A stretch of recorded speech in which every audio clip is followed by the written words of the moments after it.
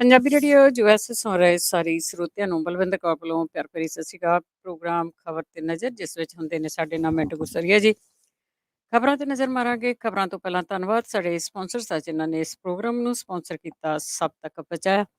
Khalsa insurance agency San Jose 4082272250 ਹਰ ਇੱਕ ਤਰ੍ਹਾਂ ਦੀ ਇੰਸ਼ੋਰੈਂਸ ਕਰਵਾ ਸਕਦੇ ਹੋ। ਟਰਕੀਆਣਾ ਇਮੀਗ੍ਰੇਸ਼ਨ ਲਾਪਰ 4159090503।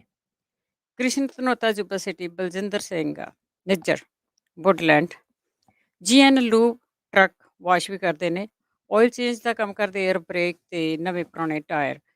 ਸੰਤਾ ਨੀਲਾ ਤੇ ਮਡੇਰਾ ਦੇ ਵਿੱਚ ਇਹਨਾਂ ਦੀਆਂ 2 ਲੋਕੇਸ਼ਨਾਂ ਨੇ। ਨਿੰਮਾ ਸੋਤਾ ਜੀ ਨੂੰ ਕਾਲ ਕਰ ਸਕਦੇ ਹੋ 2092770113। ਅਜੀਤ ਅਟਵਾਲ ਜੀ ਵੈਸਟ ਕੋਸਟ ਟਰੱਕ ਸਕੂਲ ਵਾਲੇ, ਇਹਨਾਂ ਤੋਂ ਟਰੱਕ ਦਾ ਲਾਇਸੈਂਸ ਲੈ ਸਕਦੇ ਹੋ। ਕਾਲ ਕਰ ਸਕਦੇ ਹੋ 5593744541। ਬਹੁਤ ਬਹੁਤ ਧੰਨਵਾਦ ਪ੍ਰੋਗਰਾਮਾਂ ਨੂੰ ਸਪਾਂਸਰ ਕਰਦੇ ਹੋ, ਸਭ ਤੱਕ ਪਹੁੰਚਾਉਂਦੇ ਹੋ। ਸਾਡੇ ਨਾਲ ਜੁੜ ਚੁੱਕੇ ਨੇ ਮਿੰਟੂ ਜੀ, ਸਤਿ ਸ਼੍ਰੀ ਅਕਾਲ, ਸਵਾਗਤ ਹੈ ਜੀ। ਠੀਕ, ਸ਼ੁਕਰੀਆ ਜੀ, ਸਾਰਿਆਂ ਨੂੰ ਸਤਿ ਸ਼੍ਰੀ ਅਕਾਲ ਜੀ। ਸਤਿ ਸ਼੍ਰੀ ਅਕਾਲ ਜੀ। ਤੇ ਮਿੰਟੂ ਜੀ, ਬੜਾ ਸਿਆਸੀ ਭੁਚਾਲ ਆਇਆ ਹੋਇਆ ਇਸ ਵੇਲੇ ਪੰਜਾਬ ਦੇ ਵਿੱਚ, ਸਪੈਸ਼ਲੀ ਅਕਾਲੀਆਂ ਦੇ ਮਾਝੇ ਦੇ ਜਰਨੈਲ ਦੇ ਉੱਤੇ ਪਰਚਾ ਹੋਇਆ, ਉਹ ਵੀ ਰਿਪੋਸ਼ ਹੋਇਆ ਫਿਰਦਾ। ਹਾਂਜੀ ਹਾਂਜੀ, ਉਹ ਨਾ ਗੱਲ ਬੜੀ ਟਿਕਾਣੇ ਦੀ ਕਹਿੰਦੇ ਹੁੰਦੇ ਸਿਆਣੇ, ਕਹਿੰਦੇ ਕਿ ਸਮਾਂ ਦਿਖਾਈ ਨਹੀਂ ਦਿੰਦਾ, ਮਤਲਬ ਕਿ ਸਮਾਂ ਜਿਹੜਾ ਕੋਈ ਐਸੀ ਸ਼ੈ ਨਹੀਂ ਹੈ ਕਿ ਵਿਜ਼ੀਬਲ ਨਹੀਂ ਹੈ ਤੁਹਾਨੂੰ ਦਿਖਾਈ ਦੇਵੇ, ਪਰ ਵਿਖਾ ਬੜਾ ਕੁਛ ਦਿੰਦਾ ਹੈ। ਸਮਾਂ ਦਿਖਾਈ ਨਹੀਂ ਦਿੰਦਾ ਪਰ ਦਿਖਾ ਬਹੁਤ ਕੁਛ ਦਿੰਦਾ ਹੈ। ਤਾਂ ਉਸੇ ਤਰ੍ਹਾਂ ਹੀ ਹੈ ਕਿ ਇਸ ਵੇਲੇ ਵੇਖ ਲਓ, ਜਿਹੜਾ ਮਜੀਠੀਆ ਅੜੇ ਅੜੇ ਕਾਫਲੇ ਲੈ ਕੇ ਤੁਰਿਆ ਫਿਰਦਾ ਸੀਗਾ, ਵੱਡੀਆਂ ਵੱਡੀਆਂ ਪੀਸੀਆਂ ਕਰਕੇ ਬੰਗਾਰ ਦਾ, ਫਲਾਣਿਆ ਤੂੰ, ਫਲਾਣਿਆ ਟਮਕਾਣਿਆ, ਅੱਜ ਸਾਇਲੈਂਟ ਹੈ, ਚੁੱਪ ਹੈ, ਪਤਾ ਨਹੀਂ ਕਿੱਥੇ ਹੈ। ਕਿਉਂਕਿ ਆਮ ਤੌਰ ਤੇ ਆਪਾਂ ਜਿਵੇਂ ਦੇਖਦੇ ਹਾਂ ਕਿ ਕੋਈ ਅਕਾਲੀ ਦਲ ਬਾਦਲ ਵੱਲੋਂ ਵੱਡੀ ਗੱਲ ਕਹਿਣੀ ਹੋਵੇ ਤਾਂ ਬਿਕਰਮ ਸਿੰਘ ਮਜੀਠੀਆ ਖੁਦ ਸਾਹਮਣੇ ਆਉਂਦਾ ਸੀਗਾ, ਗਰਜ ਕੇ ਬੋਲਦਾ ਸੀਗਾ, ਪਰੰਤੂ ਅੱਜ ਸਮਾਂ ਜਿਹੜਾ ਉਹ ਆਪਣੀ ਚਾਲੇ ਚੱਲਦਾ ਹੋਇਆ ਇੱਕ ਵੱਖਰਾ ਰੰਗ ਦਿਖਾ ਰਿਹਾ ਹੈ। ਖੈਰ, ਸਿਆਸੀ ਭੁਚਾਲ ਆਉਣਾ ਤੈਅ ਸੀ। ਦੇਖੋ, ਇਸ ਚੀਜ਼ ਦੀ ਇਬਾਰਤ ਉਸੇ ਦਿਨ ਲਿਖੀ ਗਈ ਸੀ ਜਿਸ ਦਿਨ ਅਮਰਿੰਦਰ ਸਿੰਘ ਦੀ ਛੁੱਟੀ ਹੋ ਗਈ ਸੀਗੀ। ਸਭ ਨੂੰ ਪਤਾ ਸੀਗਾ ਕਿ 1-2 ਐਕਸ਼ਨ ਜਿਹੜੇ ਆ ਉਹ ਤਗੜੇ ਹੋਣੇ ਹੀ ਹੋਣੇ ਆ, ਚਾਹੇ ਉਹ ਸੁਖਬੀਰ ਸਿੰਘ ਬਾਦਲ ਤੇ ਹੋ ਜਾਵੇ, ਚਾਹੇ ਉਹ ਬਿਕਰਮ ਸਿੰਘ ਮਜੀਠੀਆ ਤੇ ਹੋ ਜਾਵੇ, ਚਾਹੇ ਉਹ ਡੇਰਾ ਮੁਖੀ ਤੇ ਹੋ ਜਾਵੇ, ਕਿਸੇ ਨਾ ਕਿਸੇ ਤੇ ਹੋਣਾ ਹੀ ਹੋਣਾ ਹੈ। ਕਿਉਂਕਿ ਅਗਲਿਆਂ ਨੇ ਵੀ ਪਿੰਡਾਂ 'ਚ ਵੜਨਾ ਹੈ ਨਾ, ਸਾਰਾ ਕੁਛ ਕਰ ਕਰਾ ਕੇ ਸਰਕਾਰ ਬਣਾ ਕੇ, ਇਹ ਇਸ ਤਰ੍ਹਾਂ ਹੀ ਕਰਦੇ ਹੁੰਦੇ ਆ। ਪਹਿਲਾਂ ਅਮਰਿੰਦਰ ਸਿੰਘ ਨੇ ਆਖਿਆ ਸੀਗਾ ਕਿ ਮੈਂ ਬਾਦਲ ਦੀ ਪਜਾਮੀ 'ਚ ਚੂਹੇ ਛੱਡੂਗਾ, ਰਾਜ ਲੈ ਗਿਆ। ਫਿਰ ਇਹਨਾਂ ਨੇ ਆਖਿਆ ਕਿ ਅਸੀਂ ਇਹਨੂੰ ਵੇਖਿਓ ਮੋਢੇ ਪਾਉਂਦੇ, ਤੇ ਇਹ 10 ਸਾਲ ਫਿਰ ਹਿੱਲੇ ਨਹੀਂ ਸੀ। ਫਿਰ ਉਹਨੇ ਆਖਿਆ ਮੈਂ ਖੂੰਡੇ ਨਾਲ ਦੇਖੋ ਇਹਨਾਂ ਦੀਆਂ ਤਹਿਆਂ ਪਾਉਂਦਾ। ਫਿਰ ਉਹ 4.5 ਸਾਲ ਪੌਣੇ 22 ਸਾਲ ਰਾਜ ਕਰ ਗਿਆ। ਹੁਣ ਇਹ ਕਹਿਣਗੇ ਕਿ ਅਸੀਂ ਦੇਖੋ ਇਹਨਾਂ ਦੀ ਕਿਵੇਂ ਤਹਿ ਲਾਉਂਦੇ। ਤਾਂ ਇਹ ਇਸੇ ਤਰ੍ਹਾਂ ਹੀ ਚੱਲਦਾ ਹੈ ਸਾਰਾ ਕੁਛ। ਬਿਕਰਮ ਸਿੰਘ ਮਜੀਠੀਆ ਵਾਲਾ ਮਾਮਲਾ ਆਪਾਂ ਨੂੰ ਸਭ ਨੂੰ ਪਤਾ ਆ, ਉਹਦੇ ਪਿਛੋਕੜ 'ਚ ਜਾ ਕੇ ਉਹਦੀਆਂ ਪਰਤਾਂ ਫੋਲ ਕੇ ਉਹ ਸਮਾਂ ਜਾਇਆ। ਸਭ ਨੂੰ ਪਤਾ ਕਿ ਡਰੱਗ ਰੈਕਟ ਕਿਸ ਤਰ੍ਹਾਂ ਫਾਸ਼ ਹੋਇਆ ਸੀਗਾ, ਕਿਸ ਤਰ੍ਹਾਂ ਚਲਦੀ ਚਲਦੀ ਕਹਾਣੀ ਅੱਗੇ ਵਧੀ ਸੀਗੀ। ਉਹਦੇ ਵਿੱਚ ਰਸੂਖਦਾਰਾਂ ਦੇ ਨਾਮ ਆ ਗਏ, ਬਿਕਰਮ ਸਿੰਘ ਮਜੀਠੀਆ ਤੋਂ ਪੁੱਛ ਗਿੱਛ ਹੋਈ, ਬੋਨੀ ਅਜਨਾਲਾ ਤੋਂ ਲੈ ਕੇ ਫਲੌਰ ਦੇ ਬੇਟੇ ਤੱਕ ਸਾਰੇ ਕਿਤੇ ਨਾ ਕਿਤੇ ਬਲੇਟੇ 'ਚ ਆਏ। ਤਾਂ ਗੱਲ ਤੁਰਦੀ ਤੁਰਦੀ ਇੱਥੋਂ ਤੱਕ ਆਉਣੀ ਸੀਗੀ। ਸਰਦਾਰ ਚੱਟੋਪਾਧਿਆਏ ਨੂੰ DGP ਲਾਇਆ ਹੀ ਇਸੇ ਕਰਕੇ ਗਿਆ ਸੀਗਾ, ਮਿਸ਼ਨ ਹੀ ਇਹ ਦਿੱਤਾ ਗਿਆ ਸੀਗਾ ਕਿ ਭਾਈ ਤੈਨੂੰ ਇਹ ਕੁਛ ਕਰਨਾ ਪੈਣਾ ਵਾ। ਸੋ ਬਿਊਰੋ ਆਫ ਇਨਵੈਸਟੀਗੇਸ਼ਨ ਨੂੰ ਕਹਿ ਕੇ ਇਹਨਾਂ ਨੇ ਮਾਮਲਾ ਜਿਹੜਾ ਦਰਜ ਕਰਵਾ ਲਿਆ ਵਾ। ਇਹਦੇ ਵਿੱਚ ਹੁਣ ਅੱਗੇ ਦੇਖੋ ਕੀ ਸੰਭਾਵਨਾ ਸਮਝ ਤੋਂ ਪਰੇ ਆ ਕਿ ਇੰਨੀ ਜਲਦੀ ਕੋਈ ਕੋਰਟ ਦੇ ਵਿੱਚੋਂ ਤਾਂ ਫੈਸਲਾ ਸੁਭਾਵਕ ਹੈ ਨਹੀਂ ਆਏਗਾ। ਹੋ ਸਕਦਾ ਹੈ ਬਿਕਰਮ ਸਿੰਘ ਮਜੀਠੀਆ ਚਾਰਾਜੋਈ ਕਰੇ, ਕੋਈ ਸਟੇ ਵਗੈਰਾ ਲੈ ਲਵੇ ਜਾਂ ਕੋਈ ਹੋਰ ਚੈਲੰਜ ਕਰਕੇ ਕੋਈ ਰਾਹਤ ਹਾਸਲ ਕਰ ਲਵੇ। ਉਸ ਸੂਰਤ ਦੇ ਵਿੱਚ ਮੇਰੇ ਖਿਆਲ ਦੇ ਨਾਲ, ਕਿਉਂਕਿ ਤੁਸੀਂ ਇੱਕ ਚੀਜ਼ ਜ਼ਰੂਰ ਰਿਲਾਈਜ਼ ਕਰੋਗੇ ਜਾਂ ਕੀਤੀ ਵੀ ਹੋਊਗੀ ਕਿ ਬੇਅਦਬੀਆਂ ਦੇ ਮਾਮਲੇ ਦੇ ਵਿੱਚ ਉਲਟਾ ਹੁਣ ਕਾਂਗਰਸ ਸਰਕਾਰ ਫਸ ਰਹੀ ਹੈ। ਕਾਂਗਰਸ ਸਰਕਾਰ ਫਸ ਰਹੀ ਹੈ ਕਿਉਂਕਿ ਇੱਕ ਤੇ ਨਿਆਂ ਨਹੀਂ ਦਿੱਤਾ, ਦੂਸਰਾ ਉਹ ਸਿਲਸਿਲਾ ਵੀ ਨਹੀਂ ਰੁਕਿਆ। ਤਾਂ ਉਹ ਬੇਅਦਬੀ ਵਾਲਾ ਮਾਮਲਾ ਤਾਂ ਇਹਨਾਂ ਦੇ ਹੱਥੋਂ ਗਿਆ, ਕਾਂਗਰਸੀਆਂ ਦੇ ਹੱਥੋਂ। ਉਹਦੇ 'ਚ ਉਹਨੇ ਬਹੁਤਾ ਕੁਛ ਨਹੀਂ ਕਰ ਸਕਦੇ ਕਿਉਂਕਿ ਡੇਰਾ ਮੁਖੀ ਬੜਾ ਚਲਾਕ ਵਗਿਆ, ਉਹਨੇ 1-2 ਪਟੀਸ਼ਨਾਂ ਉੱਥੇ ਹਾਈਕੋਰਟ ਦੇ ਵਿੱਚ ਹੋਰ ਪਾ ਦਿੱਤੀਆਂ। ਜਿਵੇਂ ਸੁਮੇਧ ਸੈਣੀ ਦੀ ਪਟੀਸ਼ਨ ਤੇ ਹਿਸਾਬ ਲਾ ਲਓ ਕਿ 22 ਫਰਵਰੀ ਦੀ ਇੱਕ ਸਟੇ ਹੈ, ਇੱਕ ਤਰ੍ਹਾਂ ਨਾਲ ਉਹਨੂੰ ਕੋਈ ਕੁਛ ਨਹੀਂ ਕਰ ਸਕਦਾ। ਉਹ ਬਹਿਬਲ ਵਾਲਾ ਮਾਮਲਾ ਵੀ ਰੁਕ ਗਿਆ ਇੱਕ ਤਰ੍ਹਾਂ ਨਾਲ। ਤਾਂ ਜਿਹੜੀਆਂ ਬੇਅਦਬੀ ਦੀਆਂ ਮਾਮਲੇ ਆ ਉਹਨਾਂ ਦੀਆਂ ਘਟਨਾਵਾਂ ਦੇ ਵਿੱਚ ਵੀ ਡੇਰਾ ਮੁਖੀ ਨੂੰ ਨਾਮਜ਼ਦ ਕਰਨ ਦਾ ਜਿਹੜਾ ਯਤਨ ਸੀ ਉਹਨਾਂ ਨੇ ਬੜੀ ਚਲਾਕੀ ਨਾਲ ਉਹਨੂੰ ਵੀ ਟਾਲ ਦਿੱਤਾ। ਸੋ ਇਹ ਮੁੱਦਾ ਨਿਕਲ ਗਿਆ, ਇਹੀ ਮੁੱਦਾ ਰਹਿ ਗਿਆ। ਤੇ ਜੇ ਇਹਦੇ ਚੋਂ ਮੰਨ ਲਓ ਬਿਕਰਮ ਸਿੰਘ ਮਜੀਠੀਆ ਕੋਈ ਕਾਨੂੰਨੀ ਰਾਹਤ ਹਾਸਲ ਕਰ ਲੈਂਦਾ ਤਾਂ ਉਹ ਇਕੱਲੇ ਉਹਦੇ ਵਾਸਤੇ ਹੀ ਨਹੀਂ, ਅਕਾਲੀ ਦਲ ਵਾਸਤੇ ਵੀ ਰਾਹਤ ਹੋਏਗੀ। ਜੇ ਕੁਛ ਕਰ ਲੈਂਦੇ ਆ ਕੋਈ ਵੱਡਾ, ਜਿਵੇਂ ਮਤਲਬ ਕਿ ਦਾਅਵਾ ਕਰ ਰਹੇ ਆ ਸੁਖਜਿੰਦਰ ਸਿੰਘ ਰੰਧਾਵਾ ਨੇ ਤੇ ਅੱਜ ਆਖਿਆ ਵਾ ਕਿ ਬਿਕਰਮ ਮਜੀਠੀਆ ਦੀ ਗ੍ਰਿਫਤਾਰੀ ਹੋਏਗੀ ਕਿਉਂ ਨਹੀਂ। ਜੇ ਗ੍ਰਿਫਤਾਰੀ ਕਰ ਲੈਂਦੇ ਉਹਦਾ ਪਤਾ ਨਹੀਂ ਫਿਰ ਗਾਂ ਨਫਾ ਹੁੰਦਾ ਜਾਂ ਨੁਕਸਾਨ ਹੁੰਦਾ। ਤਾਂ ਬਹਰਹਾਲ ਸਿਆਸੀ ਆਡਾ ਤੇ ਲੱਗਣਾ ਹੀ ਸੀਗਾ, ਕਿਉਂਕਿ ਇਹ ਮਾਮਲਾ ਹੈ ਹੀ ਕੁਛ ਇਸ ਤਰ੍ਹਾਂ ਦਾ ਹੈ। ਜੇ ਆਪਾਂ ਦੇਖੀਏ ਜਿਵੇਂ ਕਨਫੈਸ ਕੀਤਾ ਸੀਗਾ ਭੋਲੇ ਨੇ ਮੀਡੀਆ ਦੇ ਸਾਹਮਣੇ ਨਾਂ ਲਿਆ, ਫਿਰ ਔਲਖ, ਚਾਹਲ, ਪ੍ਰਤਾਪ, ਜਗਵਿੰਦਰ ਕੌਰ, ਕਿੰਨਿਆਂ ਦੀ ਸਟੇਟਮੈਂਟ, ਖੁਦ ਬਿਕਰਮ ਸਿੰਘ ਮਜੀਠੀਆ ਦੀ ਸਟੇਟਮੈਂਟ, ਉਹ ਸਾਰਾ ਕੁਛ ਹੈ ਜਿਹੜਾ ਰਿਕਾਰਡ ਤੇ ਪਿਆ ਸੀ। ਚੱਲਦਾ ਹੁਣ ਇਹਨਾਂ ਨੇ ਇੱਥੋਂ ਤੱਕ ਲੈ ਆਂਦਾ ਕਿ ਹਾਂ ਭਾਈ FIR ਬਣਦੀ ਹੈ, ਸੋ ਇਹਨਾਂ ਨੇ ਕੱਟ ਦਿੱਤੀ ਆ। ਸਵਾਲ ਇਹਨਾਂ ਤੇ ਬਹੁਤ ਹੋ ਰਹੇ ਆ। ਜੇ ਤੁਸੀਂ ਦੇਖੋਗੇ ਆਮ ਬੰਦੇ ਦੀ ਜ਼ੁਬਾਨ ਚੋਂ ਵੀ ਇਹੋ ਗੱਲ ਨਿਕਲਦੀ ਪਈ ਹੈ, ਨੰਬਰ 1 ਕਿ ਭਾਈ ਪੌਣੇ 5 ਸਾਲ ਤੁਸੀਂ ਇਹ ਕੰਮ ਕਿਉਂ ਨਹੀਂ ਕੀਤਾ। ਜੇ ਤੁਸੀਂ ਅੱਜ ਕਹਿੰਦੇ ਹੋ ਕਿ ਹਾਂ ਭਾਈ ਸਾਡੀ ਕਿਉਂਕਿ ਚਰਨਜੀਤ ਸਿੰਘ ਚੰਨੀ ਜਿਹੜੇ CM ਨੇ ਉਹਨਾਂ ਦੀ ਇੱਕ ਬਹੁਤ ਲੰਬੀ ਚੌੜੀ ਪੋਸਟ ਤੁਸੀਂ ਪੜ੍ਹ ਸਕਦੇ ਹੋ ਉਹਨਾਂ ਦੇ ਅਫੀਸ਼ੀਅਲ ਪੇਜ ਤੇ ਜਾ ਕੇ। ਉਹ ਕਹਿੰਦੇ ਕਿ ਲੜਾਈ ਦੇ ਵਿੱਚ ਸਾਥ ਦਿਓ ਸਾਡਾ, ਮਤਲਬ ਕਿ ਮਾਵਾਂ ਦੇ ਪੁੱਤ ਬਚਾਣੇ ਨੇ ਆਪਾਂ ਤੇ ਲੜਾਈ 'ਚ ਸਾਡਾ ਸਾਥ ਦੇਵੋ। ਲੋਕ ਕਹਿੰਦੇ ਕਿ ਲੜਾਈ ਫਿਰ ਪੌਣੇ 5 ਸਾਲ ਬਾਅਦ ਕਿਉਂ, ਤਕਰੀਬਨ 5 ਸਾਲ ਬਾਅਦ ਹੀ ਕਿਉਂ, ਜਦ ਤੁਹਾਡੀ ਸਰਕਾਰ ਕੁਛ ਘੰਟਿਆਂ ਦੀ ਮਹਿਮਾਨ ਆ। ਨੰਬਰ 1 ਕਿ ਇਹ ਸਾਰਾ ਕੁਛ ਇੰਨਾ ਲੇਟ ਕਿਉਂ ਹੋਇਆ, ਕਿਉਂਕਿ ਸਰਕਾਰ ਦਾ ਹਿੱਸਾ ਤੁਸੀਂ ਸੀ। ਚਲੋ ਅਮਰਿੰਦਰ ਸਿੰਘ ਦਾ ਬਹਾਨਾ ਲਾ ਲੈਣਗੇ, ਪਰ ਫਿਰ ਵੀ ਇੱਕ ਸਵਾਲ ਰਹੇਗਾ ਕਿ ਦੇਖੋ ਤੁਹਾਡੇ ਇਸ ਸਮੇਂ ਦੇ ਦੌਰਾਨ ਜਿਹੜੀ ਸਰਕਾਰ ਤੁਸੀਂ ਬਣਾਈ ਇਸ ਮੁੱਦੇ ਤੇ, ਡਰੱਗ ਦਾ ਕੋਈ ਮੁੱਦਾ ਛੋਟਾ ਮੁੱਦਾ ਨਹੀਂ ਸੀਗਾ, ਤਾਂ ਇਸ ਕਾਰਜਕਾਲ ਦੇ ਦੌਰਾਨ ਜਿਹੜੇ ਮਾਵਾਂ ਦੇ ਪੁੱਤ ਮਰ ਗਏ, ਦੱਸੋ ਬਈ ਉਹ ਨਸ਼ਾ ਕਿਹਨੇ ਵੇਚਿਆ ਸੀਗਾ, ਉਹਨੂੰ ਕਿਹਨਾਂ ਨੂੰ ਫੜੋਗੇ ਤੁਸੀਂ। ਦੂਜੀ ਗੱਲ ਕਿ ਇਹਨਾਂ ਦੇ ਆਪਣੇ ਲੀਡਰਾਂ ਤੇ ਜਿਹੜੇ ਦੋਸ਼ ਲੱਗੇ, ਮੈਂ ਇੱਕ ਮਿਸਾਲ ਦੇਣਾ ਕਿਉਂਕਿ ਤੱਥ ਤੋਂ ਬਗੈਰ ਗੱਲ ਨਹੀਂ ਕਰਨੀ ਚਾਹੀਦੀ। ਆ ਥੋੜੇ ਦਿਨ ਪਹਿਲਾਂ ਸਾਡੇ ਇੱਥੇ ਬਠਿੰਡੇ ਰੂਰਲ ਇਲਾਕੇ ਦੇ ਵਿੱਚ, ਹਲਕੇ ਦੇ ਵਿੱਚ ਆ ਕੇ ਇਹਨਾਂ ਨੇ ਹਰਵਿੰਦਰ ਲਾਡੀ ਨੂੰ ਸਿੱਧੂਰਾ ਨੇ ਉਮੀਦਵਾਰ ਐਲਾਨ ਦਿੱਤਾ ਆਪ ਮਾਰੇ ਕਿ ਠੀਕ ਹੈ ਕਿ ਸਾਡੇ ਬੰਨਿਓ ਥਾਪੜਾ ਆਇਆ ਭਾਈ। ਚਲੋ ਉਹ ਉਹਨਾਂ ਦਾ ਪੋਲੀਟੀਕਲ ਮਾਜਰਾ, ਪੋਲੀਟੀਕਲ ਮਾਮਲਾ, ਉਹਦੇ 'ਚ ਆਪਾਂ ਨਹੀਂ ਜਾਂਦੇ। ਪਰ ਉਸੇ ਹੀ ਬੰਦੇ ਨੇ ਅਮਰਿੰਦਰ ਸਿੰਘ ਦੀ ਰਿਹਾਇਸ਼ ਮੂਹਰੇ ਜਦੋਂ CM ਸੀਗਾ ਬਠਿੰਡੇ ਖਲੋ ਕੇ ਕਈ ਤਰ੍ਹਾਂ ਦੇ ਦੋਸ਼ ਲਾਏ ਸੀ। ਇਹੀ ਨਹੀਂ, ਬਠਿੰਡੇ ਪ੍ਰੈਸ ਕਲੱਬ ਦੇ ਵਿੱਚ ਉਹਨੇ ਪ੍ਰੈਸ ਕਾਨਫਰੰਸ ਕਰਕੇ ਆਖਿਆ ਸੀਗਾ ਕਿ ਜਿਹੜਾ ਇੱਥੇ ਹੈਗਾ ਖਜ਼ਾਨੇ ਦਾ ਵਜ਼ੀਰ, ਖਜ਼ਾਨਾ ਪਤਾ ਨਹੀਂ ਖਾਲੀ ਹੈ ਇਸ ਟਾਈਮ ਭਰਿਆ, ਕਿ ਉਹਦਾ ਰਿਸ਼ਤੇਦਾਰ ਤੇ ਹੋਰ ਕੁਝ ਪੁਲਿਸ ਵਾਲੇ ਉਹ ਰਲ ਮਿਲ ਕੇ ਜੀ ਇੱਥੇ ਨਸ਼ੇ ਵਾਲਾ ਧੰਦਾ ਜਿਹੜਾ ਕਰਵਾਉਂਦੇ ਨੇ। ਇਹ ਔਨ ਰਿਕਾਰਡ ਹੈ ਪ੍ਰੈਸ ਕਾਨਫਰੰਸ। ਤਾਂ ਉਸ ਮੁੱਦੇ ਤੇ ਕੋਈ ਹਿਲਜੁਲ ਨਹੀਂ ਹੋਈ। ਉਦਣ ਆਏ ਆ ਤਾਂ ਉੱਥੇ ਬੋਲੇ ਵੀ ਨਹੀਂ ਕਿ ਹਾਂ ਭਾਈ ਹੁਣ ਬੋਲ ਕੌਣ ਆ, ਉਹਦੇ ਫੱਟੇ ਚੱਕਦੇ ਆ। ਸੋ ਗੱਲ ਇਹ ਆ ਕਿ ਚਾਹੇ ਮਜੀਠੀਆ, ਚਾਹੇ ਫਲਾਣਾ ਟਮਕਾਣਾ ਬਲਾ ਜਿਹੜਾ ਵੀ ਕੋਈ ਹੈ ਥੁੱਕੋ ਉਹਨੂੰ ਅੰਦਰ। ਪਰ ਇਹ ਆ ਕਿ ਇੱਕ ਮਾਮਲੇ ਦੇ ਵਿੱਚ ਜਿੱਥੇ ਤੁਹਾਨੂੰ ਪੋਲੀਟੀਕਲੀ ਫਾਇਦਾ ਮਿਲਦਾ ਉਸ ਨੂੰ ਬਹੁਤ ਜ਼ਿਆਦਾ ਹਾਈਲਾਈਟ ਕਰਦੇ ਹੋ, ਪਰ ਜਿੱਥੇ ਤੁਹਾਡੀ ਜਵਾਬਦੇਹੀ ਹੁੰਦੀ ਆ ਉੱਥੋਂ ਤੁਸੀਂ ਯੂ ਟਰਨ ਮਾਰ ਜਾਂਦੇ ਹੋ। ਇਹਨਾਂ ਦੇ ਹੀ ਰਾਜ ਦੇ ਵਿੱਚ ਬਹੁਤ ਸੈਂਕੜੇ ਕਰੋੜ ਘੁਟਾਲਾ ਹੋਇਆ ਦਵਾਈ ਦਾ, ਤਕਰੀਬਨ ਲਾ ਲਓ 300-400 ਕਰੋੜ ਰੁਪਈਏ ਦਾ ਘੁਟਾਲਾ ਹੈ। ਇਹਨਾਂ ਦਾ ਜਿਹੜਾ ਪਹਿਲਾਂ ਹੈਲਥ ਮਿਨਿਸਟਰ ਸੀ ਉਹਦੇ ਕਾਰਜਕਾਲ ਦੇ ਵਿੱਚ ਆ ਜਿਹੜੀਆਂ ਨਸ਼ਾ ਛਡਾਉਣ ਵਾਲੀਆਂ ਜਿਬ ਥੱਲੇ ਗੋਲੀਆਂ ਰੱਖਦੇ ਨੇ, ਉਹ ਗੋਲੀਆਂ ਆਸੇ ਪਾਸੇ ਇਹਨਾਂ ਨੇ ਵੇਚ ਘੱਟੀਆਂ।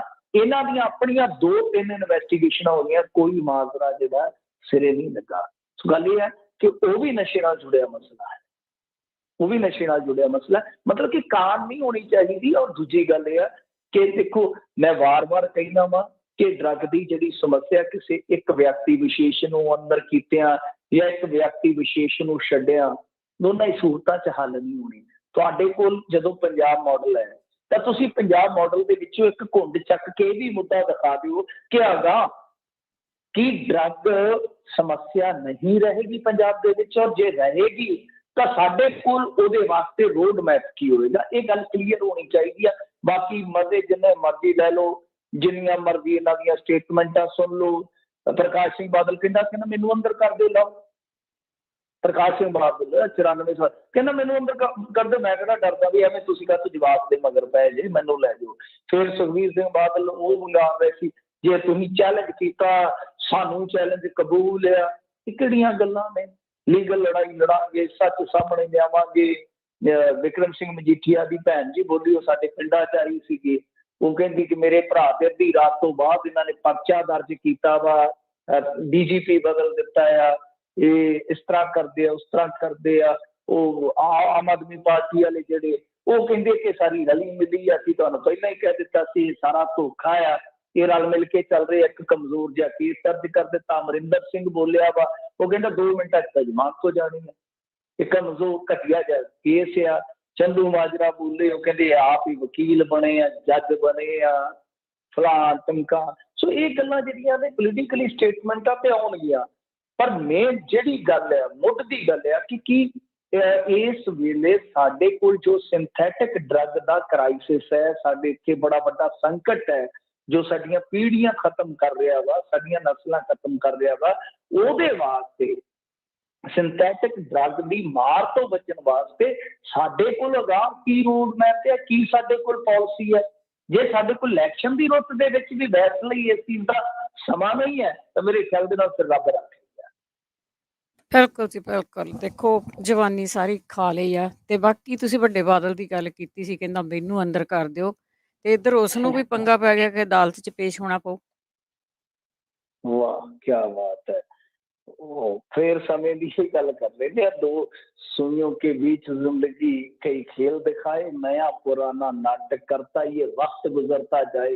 तो इस उम्र ਦੇ ਵਿੱਚ ਵੱਡੇ ਬਾਦਲ ਨੂੰ ਕੋਰਟ ਦੇ ਵਿੱਚ ਖੜਨਾ ਪਊ, ਇਹ ਵੀ ਸਮੇਂ ਦੀ ਗੱਲ ਹੈ। ਸਮਾਂ ਸਮਰੱਥ ਆ, ਸਮੇਂ ਤੋਂ ਡਰ ਕੇ ਰਹਿਣਾ ਚਾਹੀਦਾ। ਕੁਝ ਲੋਕ ਆਪਣੇ ਆਪ ਨੂੰ ਬਹੁਤ ਉੱਤੇ ਲੈ ਜਾਂਦੇ ਨੇ, ਉਹ ਸਮਝਦੇ ਨੇ ਕਿ ਸਦਾ ਹੀ ਅਸੀਂ ਪਾਵਰਫੁਲ ਰਹਾਂਗੇ, ਸਦਾ ਹੀ ਅਸੀਂ ਤਖਤਾਂ ਤੇ ਬਿਰਾਜਮਾਨ ਰਹਾਂਗੇ, ਸਦਾ ਹੀ ਲੋਕਾਂ ਨੂੰ ਠੇਡੇ ਮਾਰਾਂਗੇ। ਅਜਿਹਾ ਨਹੀਂ ਹੋਣਾ ਚਾਹੀਦਾ, ਖੈਰ ਨਾ ਹੀ ਅਜਿਹਾ ਹੁੰਦਾ ਵਾ।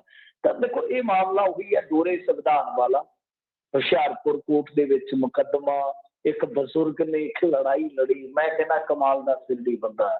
ਦੇਖੋ ਇੱਥੇ ਬਹੁਤ ਸਾਰੇ ਲੋਕ ਆ ਜਿਹੜੇ ਕਾਨੂੰਨੀ ਪਰਚੜੇ 'ਚ ਇਸ ਕਰਕੇ ਨਹੀਂ ਪੈਂਦੇ ਕਿ ਯਾਰ ਛੱਡੋ ਖੜਾ, ਕੋਈ 2 ਮਰਲੇ ਜਗ੍ਹਾ ਦਾ ਹੀ ਰੌਲਾ ਕਿ ਦਫਾ ਕਰੋ, ਸਾਲਾਂ ਬੀਤ ਜਾਣਗੇ ਸਮੇਂ ਉੱਤੇ। ਪਰ ਕਈ ਕਹਿੰਦੇ ਆ ਯਾਰ ਜੀ ਕੋਰਟ ਦੇ ਵਿੱਚ ਜਾਵਾਂਗੇ ਨਾ ਫਿਰ ਜੁੱਤੀ ਲੋਹੇ ਦੀ ਤੇ ਹੱਥ ਸੋਨੇ ਦੇ ਹੋਣੇ ਚਾਹੀਦੇ, ਦਫਾ ਕਰੋ।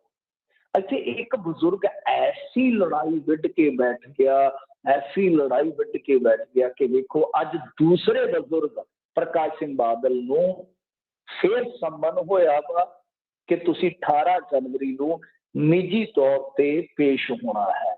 ਸੋ ਅੱਗੇ ਇਹਨਾਂ ਨੂੰ ਰੈਟ ਮਿਲੀ ਹੈ, 1-2 ਦਫਾ ਪਹਿਲਾਂ ਹਾਈ ਕੋਰਟ ਦੇ ਵਿੱਚੋਂ ਰੈਟ ਸੀਗੇ, ਤਾਂ ਹੁਣ ਹੁਸ਼ਿਆਰਪੁਰ ਕੋਰਟ ਦੇ ਵਿੱਚ ਇਹਨਾਂ ਨੂੰ 18 ਜਨਵਰੀ ਨੂੰ ਪੇਸ਼ ਹੋਣਾ ਪਏਗਾ। ਮੈਂ ਸੰਖੇਪ 'ਚ ਪਿਛੋਕੜ ਦੱਸ ਦਿੰਦਾ, ਵੈਸੇ ਇਹ ਰੈਪੀਟੀਸ਼ਨ ਹੀ ਹੈ, ਕਈ ਖਬਰਾਂ ਰੈਪੀਟੀਸ਼ਨ ਹੁੰਦਾ ਔਰ ਉਹ ਹੋਣਾ ਜ਼ਰੂਰੀ ਹੁੰਦਾ।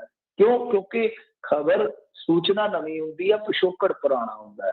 ਸੋ ਜਿਨ੍ਹਾਂ ਨੇ ਪਹਿਲਾਂ ਸੁਣੀ ਹੈ, ਜਿਨ੍ਹਾਂ ਦੀ ਰੈਪੀਟੀਸ਼ਨ ਹੈ, ਉਹਨਾਂ ਤੋਂ ਮਾਫੀ। ਜਿਹੜੇ ਨਵੇਂ ਉਹਨਾਂ ਨੂੰ ਥੋੜਾ ਜਿਹਾ ਮੈਂ ਪਿਛੋਕੜ ਦੱਸ ਦਿੰਦਾ ਵਾ। ਪਿਛੋਕੜ ਇਹ ਹੈ ਕਿ ਇਹਨਾਂ ਤੇ ਦੋਸ਼ ਲੱਗਾ ਕਿ ਇਹਨਾਂ ਨੇ ਦੋਹਰਾ ਸੰਵਿਧਾਨ ਵਰਤਿਆ ਵਾ। ਮਤਲਬ ਕਿ ਜੋ ਤਾਂ ਆਮ ਚੋਣਾਂ ਦੇ ਵਿੱਚ ਭਾਗ ਲੈਂਦਾ ਹੈ ਸ਼੍ਰੋਮਣੀ ਅਕਾਲੀ ਦਲ ਬਾਦਲ, ਉਹਦਾ ਸੰਵਿਧਾਨ ਧਰਮ ਨਿਰਪੱਖ। ਕਿਉਂਕਿ ਦੇਖੋ ਚੋਣ ਕਮਿਸ਼ਨ ਦੇ ਕੋਲ ਅੰਡਰਟੇਕਿੰਗ ਦੇਣੀ ਪੈਂਦੀ ਹੈ, ਇਹ ਪਹਿਲਾਂ ਨਹੀਂ ਸੀ, ਬਾਅਦ ਦੇ ਵਿੱਚ ਇੱਕ ਸਮੇਂ ਤੋਂ ਬਾਅਦ ਐਸਾ ਨਿਯਮ ਬਣਾਇਆ ਗਿਆ ਕਿ ਤੁਸੀਂ ਸੈਕੂਲਰ ਵੈਲਿਊਜ਼ ਨੂੰ ਮੰਨਦੇ ਹੋ ਜਾਂ ਤੁਸੀਂ ਹੋਰ ਇਸ ਤਰ੍ਹਾਂ ਦੀਆਂ ਗੱਲਾਂ ਜਿਹੜੀਆਂ ਕਿ ਉਹਨਾਂ ਦੇ ਕਾਇਦੇ ਦੇ ਮੁਤਾਬਕ, ਕਿ ਜੇਕਰ ਹਾਂ ਤਾਂ ਇੱਕ ਅੰਡਰਟੇਕਿੰਗ ਦਿਓ ਜਾਂ ਹਲਫਨਾਮਾ ਕਹਿ ਲਓ ਵਗੈਰਾ ਵਗੈਰਾ ਸਾਰੀਆਂ ਚੀਜ਼ਾਂ ਜੋ ਫਾਰਮੈਲਿਟੀ ਦੇ ਤੌਰ ਤੇ। ਤਾਂ ਇੱਕ ਪਾਸੇ ਤਾਂ ਇਹਨਾਂ ਨੇ ਇਹ ਕਿਹਾ, ਔਰ ਦੂਸਰੇ ਪਾਸੇ ਜੋ ਗੁਰਦੁਆਰਾ ਚੋਣ ਕਮਿਸ਼ਨ ਆ ਜਿਹਦੇ ਵਿੱਚ ਜਾ ਕੇ ਸ਼੍ਰੋਮਣੀ ਅਕਾਲੀ ਦਲ ਬਾਦਲ SGPC ਦਾ ਇਲੈਕਸ਼ਨ ਲੜਦਾ ਵਾ, ਉਹਦੇ 'ਚ ਉਹਨਾਂ ਨੇ ਕਿਹਾ ਕਿ ਅਸੀਂ ਪੰਥਕ ਪਾਰਟੀ, ਮਤਲਬ ਕਿ ਜੋ ਸੋਧਾ ਵਗੈਰਾ ਚਾਹੀਦੀਆਂ ਸੀ ਵੇਲੇ ਸਿਰ ਕਰਨੀਆਂ ਸੰਵਿਧਾਨ ਦੇ ਵਿੱਚ ਇਹਨਾਂ ਨੇ ਨਹੀਂ ਕੀਤੀਆਂ। ਤਾਂ ਉਹਨਾਂ ਨੇ ਫਿਰ ਬਹੁਤ ਦਸਤਾਵੇਜ਼, ਬਲਵੰਤ ਸਿੰਘ ਖੇੜਾ ਉਹਨਾਂ ਦਾ ਨਾਮ ਆ, ਹੁਣ ਤੇ ਖਾਸੇ ਉਮਰ ਦਰਾਜ਼ ਹੋ ਗਏ ਆ, ਤੇ ਉਹਨਾਂ ਨੇ ਫਿਰ ਬਹੁਤ ਸਾਰੀਆਂ RTIਆਂ ਲਾ ਕੇ ਉਹ ਡਾਕੂਮੈਂਟ ਇਕੱਠੇ ਕੀਤੇ, ਫਿਲਮ ਦੇ ਇਕੱਠੇ ਕੀਤੇ, ਤਾਂ 2 ਮੁਕੱਦਮੇ ਆ। ਇਹ ਮੈਂ ਤੁਹਾਡੀ ਦ੍ਰਿਸ਼ਟੀ ਗੋਚਰ ਕਰ ਦੇਵਾਂ, 2 ਮੁਕੱਦਮੇ ਆ। ਇੱਕ ਮੁਕੱਦਮਾ ਹੁਸ਼ਿਆਰਪੁਰ ਕੋਰਟ ਦੇ ਵਿੱਚ ਹੈ, 2 ਸੰਵਿਧਾਨ ਰੱਖਣ ਵਾਲਾ, ਔਰ ਦੂਸਰਾ ਦਿੱਲੀ ਹਾਈ ਕੋਰਟ ਦੇ ਵਿੱਚ ਪੈਂਡਿੰਗ ਹੈ ਕਿ ਇਹਨਾਂ ਦੀ ਮਾਨਤਾ ਰੱਦ ਕੀਤੀ ਜਾਵੇ। ਉਹ ਇੱਕ ਵੱਖਰਾ ਵਿਸ਼ਾ ਹੈ, ਇਹ ਇੱਕ ਵੱਖਰਾ ਵਿਸ਼ਾ ਹੈ। ਸੋ ਵਿਸ਼ਾ ਗੰਭੀਰ ਹੈ, ਜਿਹਦੇ ਕਰਕੇ ਹੁਣ ਸ਼ਾਇਦ 18 ਜਨਵਰੀ ਨੂੰ ਪ੍ਰਕਾਸ਼ ਸਿੰਘ ਬਾਦਲ ਹੋਰਾਂ ਨੂੰ ਪੇਸ਼ ਹੋਣਾ ਪਵੇ। ਜੀ। ਤੇ ਉਧਰ ਹੁਣ ਡੱਡੂ ਛੜੱਪੇ ਸ਼ੁਰੂ ਹੈਗੇ ਆ, ਜਿਹੜੇ ਲੀਡਰ ਆ, ਕਦੀ ਉਧਰ ਕਦੀ ਉਧਰ। ਹੁਣ ਪੰਜਾ ਤੇ ਛਡਾ ਲਿਆ ਕਮਲ ਤੋਂ, ਆਪਣੇ ਪੰਜੇ ਤੋਂ ਤਾਂ ਕਮਲ ਦੇ ਉੱਤੇ ਚੜ ਗਏ ਜੀ, ਫੜ ਗਏ ਸੋਢੀ ਰਾਣਾ ਸੋਢੀ ਜੀ। ਹਾਂਜੀ ਹਾਂਜੀ, ਸੋਢੀਆਂ ਦੇ ਰਾਣਾ, ਇਹ ਸੋਢੀਆਂ ਦੇ ਰਾਣੇ ਹੈ। ਤੇ ਤੁਹਾਨੂੰ ਪਤਾ ਹੀ ਹੈ ਕਿ ਰਾਣਾ ਸੋਢੀ ਹੈ ਜਿਹੜਾ, ਉਹ ਅਮਰਿੰਦਰ ਸਿੰਘ ਦਾ ਵਫਾਦਾਰ ਸੀ। ਹੁਣ ਦੇਖੋ ਇੱਕੋ ਜਿਹੀ ਗੱਲ ਹੈ ਜਿੱਧਰ ਮਰਜ਼ੀ ਚਲੇ ਜਾਣ, ਕਿਉਂਕਿ ਤੁਸੀਂ ਸਵਾਲ ਕਰੋਗੇ ਕਿ ਰਾਣਾ ਸੋਢੀ ਤੇ ਇੰਨਾ ਜ਼ਿਆਦਾ ਕਰੀਬ ਸੀ, ਹਮਸਾਇਆ ਸੀਗਾ ਅਮਰਿੰਦਰ ਸਿੰਘ ਦਾ, ਮਹਿਫਲ ਦੇ ਵਿੱਚ ਇਕੱਠੇ ਬਹਿੰਦੇ ਸਨ, ਹਮ ਪਿਆਲਾ ਸਨ, ਬਹੁਤ ਕਹਿ ਲਓ ਹਮਰਾਜ ਵੀ ਸਨ, ਹਮਸਾਏ ਨਹੀਂ ਹਮਰਾਜ ਵੀ ਸਨ। ਤੇ ਉਹ ਉਧਰ ਕਿਉਂ ਨਹੀਂ ਗਏ? ਪਰ ਗੱਲ ਇੱਕੋ ਹੀ ਹੈ। ਕੱਲ ਦੱਸਿਆ ਸੀ ਨਾ ਮੈਂ ਤੁਹਾਨੂੰ ਕਿ ਬੀਬੀ ਪ੍ਰਨੀਤ ਕੌਰ ਆਖਣ ਡਈ ਸੀ RSS ਦੇ ਪ੍ਰੋਗਰਾਮ 'ਚ ਕਿ ਮੈਨੂੰ ਕਦੇ ਕਦੇ ਏਦਾਂ ਫੀਲ ਹੁੰਦਾ ਜਿਵੇਂ ਮੈਂ ਪਿਛਲੇ ਜਨਮ 'ਚ ਸ਼ਰਮਿਆਂ ਦੀ ਧੀ ਹੋਵਾਂ। ਕੋਈ ਮਾੜੀ ਗੱਲ ਨਹੀਂ ਹੈ, ਪਰ ਉਹਨਾਂ ਨੂੰ ਚੇਤਾ ਹੋਣ ਆਇਆ, ਸੁਪਨੇ ਹੋਣ ਆਉਣੇ ਸਟਾਰਟ ਹੋਏ ਨੇ ਉਹਦਾ। ਪਹਿਲਾਂ ਸੁਪਨੇ ਏਦਾਂ ਦੇ ਨਹੀਂ ਸਨ ਆਉਂਦੇ। ਤਾਂ ਖੈਰ ਕੋਈ ਗੱਲ ਨਹੀਂ ਹੈ। ਤਾਂ ਕਹਿਣ ਦਾ ਮਤਲਬ ਕਿ ਉੱਧਰ ਚੱਲ ਕੇ ਕੋਈ ਦਿੱਕਤ ਨਹੀਂ, ਕੋਈ ਪਰੇਸ਼ਾਨੀ ਨਹੀਂ। ਪਰ ਰਾਣਾ ਸੋਢੀ ਅੱਜ ਕਾਂਗਰਸ ਦੇ ਵਿੱਚ ਨੁਕਸ ਕੱਢਦੇ ਆ। ਪਹਿਲਾਂ ਕਹਿੰਦੇ ਹੁੰਦੇ ਸਨ ਕਿ ਕਾਂਗਰਸ ਹੀ ਸਭ ਕੁਛ ਹੈ, ਹੁਣ ਕਹਿੰਦੇ ਜੀ ਕਿ ਦੇਖੋ ਸੂਬੇ ਦੀ ਸੁਰੱਖਿਆ ਦਾਅ ਤੇ ਲੱਗ ਗਈ ਆ। ਫਿਰਕੂ ਸਦਭਾਵਨਾ ਨੂੰ, ਯਾਨੀ ਜਿਹੜੀ ਆਪਸੀ ਭਾਈਚਾਰਕ ਸਾਂਝ ਹੁੰਦੀ ਹੈ, ਉਹਨੂੰ ਕਾਂਗਰਸ ਨੇ ਦਾਅ ਤੇ ਲਾ ਦਿੱਤਾ। ਤੁਹਾਨੂੰ ਇਹ ਡਾਇਲੌਗ ਵਿੱਚ ਸੁਣ ਕੇ ਚੇਤਾ ਆਇਆ ਹੋਣਾ ਅਮਰਿੰਦਰ ਸਿੰਘ ਦਾ, ਉਹ ਵੀ ਅਕਸਰ ਐਸੇ ਹੀ ਡਾਇਲੌਗ ਜਿਹੜੇ ਆ ਵਿਦੇਸ਼ਿਆ ਕਰਦੇ ਆ। ਤਾਂ ਇਹਨਾਂ ਨੇ ਵੀ ਇਹੀ ਇੱਕ ਬਹਾਨਾ ਲੱਭਿਆ ਪਾਰਟੀ ਜੁਆਇਨ ਕਰਨ ਦਾ, BJP। ਸੋ ਗੱਲ ਇਹ ਹੈ ਕਿ ਕੱਲ ਆਪਾਂ ਗੱਲ ਕੀਤੀ ਸੀ ਤਫਸੀਲ ਪੂਰਵਕ, ਉਹ ਗੱਲਾਂ ਜਿਹੜੀਆਂ ਨੇ ਉਹ ਆਮ ਬੰਦੇ ਨੂੰ, ਇੱਥੇ ਜੇ ਤੁਸੀਂ ਪੰਜਾਬੀ ਨੂੰ ਪੁੱਛ ਲਓ ਉਹਨਾਂ ਨੂੰ ਨਹੀਂ ਪਤਾ ਕਿ ਗਵਰਨਰ ਕੀ ਕਰ ਰਿਹਾ।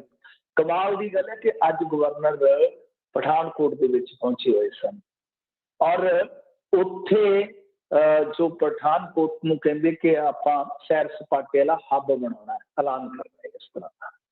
ਕਦੇ ਗਵਰਨਰ ਇਸ ਤਰ੍ਹਾਂ ਦੇ ਜਿਹੜੇ ਪ੍ਰਸ਼ਾਸਕੀ ਕੰਮ ਸਰਕਾਰ ਦੇ ਕਰਨ ਵਾਲੇ ਕੀ ਸੈਂਟਰ ਤੋਂ ਕੋਈ ਲੈ ਕੇ ਆ ਰਹੇ ਜਾਂ ਤਾਂ ਐਲਾਨ ਕਰ ਦੇਣ ਕਿ ਹਾਂ ਜੀ ਮੈਂ ਲੈ ਕੇ ਆ ਰਿਹਾ। ਸੋ ਤੁਸੀਂ ਹੇਠਲੇ ਪੱਧਰ ਤੇ ਦੇਖੋ ਕੀ ਕੁਛ ਚੱਲ ਰਿਹਾ ਹੈ। ਚੋਣ ਜ਼ਾਬਤਾ ਹਾਲੇ ਲੱਗਣਾ ਬਕਾਇਆ, ਤਿਆਰੀਆਂ ਪਹਿਲਾਂ ਹੀ ਨੇ ਕਿ ਕਿਸ ਤਰ੍ਹਾਂ ਚੱਲੂ ਕੰਮ। ਤੇ ਕੱਲ ਵੀ ਆਪਾਂ ਗੱਲ ਕਰਦੇ ਸਾਂ, ਇਹਨਾਂ ਦੀਆਂ ਮਾਰਾਂ ਜਿਹੜੀਆਂ ਬਹੁਤ ਹੇਠਲੇ ਪੱਧਰ ਤੇ ਹੁੰਦੀਆਂ, ਆਮ ਬੰਦੇ ਦੀ ਸਮਝ ਤੋਂ ਪਰੇ ਦੀਆਂ ਤੰਦਾਂ ਨੇ ਇਹ। ਤਾਂ ਇਹਨਾਂ ਨੇ ਦੇਖ ਲਓ ਰਾਣਾ ਸੋਢੀ ਲੈ ਗਏ ਆ।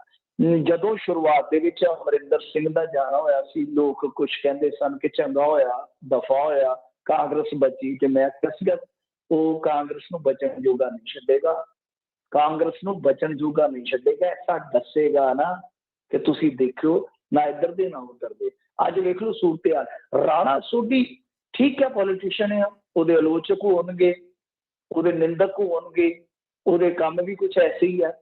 ਜਦੋਂ ਮਿਨਿਸਟਰ ਬਣਿਆ ਸੀ ਉਦੋਂ ਰੌਲਾ ਪੈ ਗਿਆ, ਉੱਥੇ ਚੰਡੀਗੜ੍ਹ ਦੀ ਸਰਕਾਰੀ ਜਗ੍ਹਾ ਦੇ ਵਿੱਚ ਇਹਨਾਂ ਨੇ ਸ਼ੈੱਡ ਬਣਾ ਲਏ, ਫਿਰ ਤੜਵਾਉਣੇ ਪਏ, ਮੁਆਵਜ਼ਾ 2 ਵਾਰੀ ਲੈਣ ਦਾ ਮਾਮਲਾ ਗੂੰਜਿਆ, ਹੋਰ ਕਬਜ਼ਿਆਂ ਦੇ ਬਥੇਰੇ ਕਿੱਸੇ ਨੇ ਜਿਵੇਂ ਆਮ ਪੋਲੀਟੀਸ਼ੀਅਨ ਦੇ ਹੁੰਦੇ ਆ। ਪਰੰਤੂ ਇੱਕ ਸੱਚ ਆ, ਇੱਕ ਹਕੀਕਤ ਆ ਕਿ ਰਾਣਾ ਸੋਢੀ ਦਾ ਇੱਕ ਹਲਕੇ 'ਚ ਨਹੀਂ 2-3 ਹਲਕਿਆਂ 'ਚ ਅਸਰ ਆ ਲਾਗੇ ਪਾਸੇ। ਅਮੀਰ ਆਦਮੀ ਨੇ, ਤੁਹਾਨੂੰ ਪਤਾ ਹੀ ਅੱਜ ਕੱਲ੍ਹ ਸਿਆਸਤ ਸਰਮਾਏਦਾਰਾਂ ਦੀ ਹੈ। ਤਾਂ ਇਹਨਾਂ ਦਾ ਜੇ ਤੁਸੀਂ ਪੋਲੀਟੀਕਲ ਕੈਰੀਅਰ ਦੇਖੋਗੇ ਸ਼ੁਰੂ ਹੀ ਅਮਰਿੰਦਰ ਸਿੰਘ ਨੇ ਕਰਵਾਇਆ ਸੀ। Basically Rana Sodhi national level ਦਾ ਸ਼ੂਟਰ ਸੀਗਾ, ਇਹਦੇ ਭਰਾ ਨਾਲ ਪੜ੍ਹਦਾ ਸੀ, ਅਮਰਿੰਦਰ ਦੇ ਭਰਾ ਨਾਲ। ਫਿਰ ਉੱਥੋਂ ਹੀ ਅਦਾਨਾ ਜਿਹੜਾ ਸਟਾਰਟ ਹੋਇਆ ਇਹਨਾਂ ਦਾ। ਤਾਂ ਕਹਿਣ ਦਾ ਮਤਲਬ ਇਹ ਹੈ ਕਿ ਅਮਰਿੰਦਰ ਸਿੰਘ ਦੇ ਥਰੂ ਜਿਹੜਾ ਬੰਦਾ ਪੋਲੀਟਿਕਸ ਦੇ ਵਿੱਚ ਆਇਆ, ਕੁਛ ਸੋਚ ਕੇ ਇੱਧਰ ਨੂੰ ਗਿਆ। ਤਾਂ ਇਸ ਕਰਕੇ ਬੇਸ਼ੱਕ ਉਹ ਭਾਜਪਾ 'ਚ ਚਲੇ ਗਿਆ ਨਾ, ਜਿਵੇਂ ਕਿਹਾ ਤੁਹਾਨੂੰ ਕਿ ਸਵਾਲ ਹੋਏਗਾ ਸਭਨਾਂ ਦਾ ਕਿ ਉੱਧਰ ਕਿਉਂ ਨਹੀਂ ਗਿਆ, ਇੱਧਰ ਗਿਆ, ਤਾਂ ਕੁਝ ਸੋਚ ਕੇ ਗਿਆ। ਮੈਂ ਜਿਵੇਂ ਕਿਹਾ ਕਿ ਕਾਂਗਰਸ ਵਾਸਤੇ ਘੇਰਾਬੰਦੀ ਬੜੀ ਸਖਤ ਹੋ ਰਹੀ ਹੈ, ਭਾਜਪਾ ਬਹੁਤ ਤੇਜ਼ੀ ਨਾਲ ਜਿਹੜੀ ਕਾਰਵਾਈ ਆਪਦੀ ਕਰ ਰਹੀ ਹੈ, ਤੇ ਜਿਵੇਂ ਚੋਣ ਜ਼ਾਬਤਾ ਐਲਾਨਿਆ ਜਾਏਗਾ ਫਿਰ ਵੇਖਿਓ, ਕਿਉਂਕਿ ਪੋਲੀਟੀਕਲ ਸਿਸਟਮ ਹੈ ਨਾ। ਇੱਕ ਨਾ ਮੈਂ ਬਜ਼ੁਰਗਾਂ ਦੇ ਮੂੰਹੋਂ ਛੋਟਾ ਹੁੰਦਾ ਕਹਾਵਤ ਸੁਣਦਾ ਹੁੰਦਾ ਸਾਂ, ਜਿਹੜਾ ਮੈਂ ਪੋਲੀਟੀਕਲ ਸਿਸਟਮ ਦੇਖਦਾ ਤੇ ਕਦੇ ਕਦੇ ਮੈਂ ਕਹਿੰਦਾ ਕਿ ਵਾਕਿਆ ਬਜ਼ੁਰਗ ਜੇ ਅੱਜ ਹੁੰਦੇ ਸੰਸਾਰ ਦੇ ਵਿੱਚ ਤੇ ਮੈਂ ਉਹਨਾਂ ਨੂੰ ਗੱਲ ਆ ਕੇ ਕਹਿੰਦਾ ਯਾਰ ਤੁਸੀਂ ਤੇ ਕਮਾਲ ਦੇ ਬੰਦੇ ਆ, ਤੁਹਾਡੇ ਪਿਛਲੇ ਕਈ ਪੀੜ੍ਹੀਆਂ ਦੇ ਪਹਿਲਾਂ ਬਜ਼ੁਰਗਾਂ ਨੇ ਗੱਲਾਂ ਦੇ ਦਾਦੇ ਲਾਏ ਸੀ। ਉਹ ਕਹਿੰਦੇ ਹੁੰਦੇ ਸੀ ਜੌਆਂ ਦਾ ਗੋਲ ਤੇ ਖੋਤਾ ਰਖਵਾਲਾ। ਜੌਆਂ ਦਾ ਗੋਲ ਜੌਂ ਹੁੰਦੇ ਸੀਗੇ ਨਾ ਪਹਿਲਾਂ, ਜਿਹਦੇ ਤੋਂ ਬੀਅਰ ਸ਼ੇਡ ਬਣਦੀ ਹੈ, ਜੌਆਂ ਦਾ ਗੋਲ ਤੇ ਖੋਤਾ ਰਖਵਾਲਾ। ਪੂਰਾ ਪੋਲੀਟੀਕਲ ਸਟਰਕਚਰ ਇੰਡੀਆ ਦੇ ਵਿੱਚ ਕੁਝ ਇਸੇ ਤਰ੍ਹਾਂ ਦੇ ਬਣ ਗਿਆ।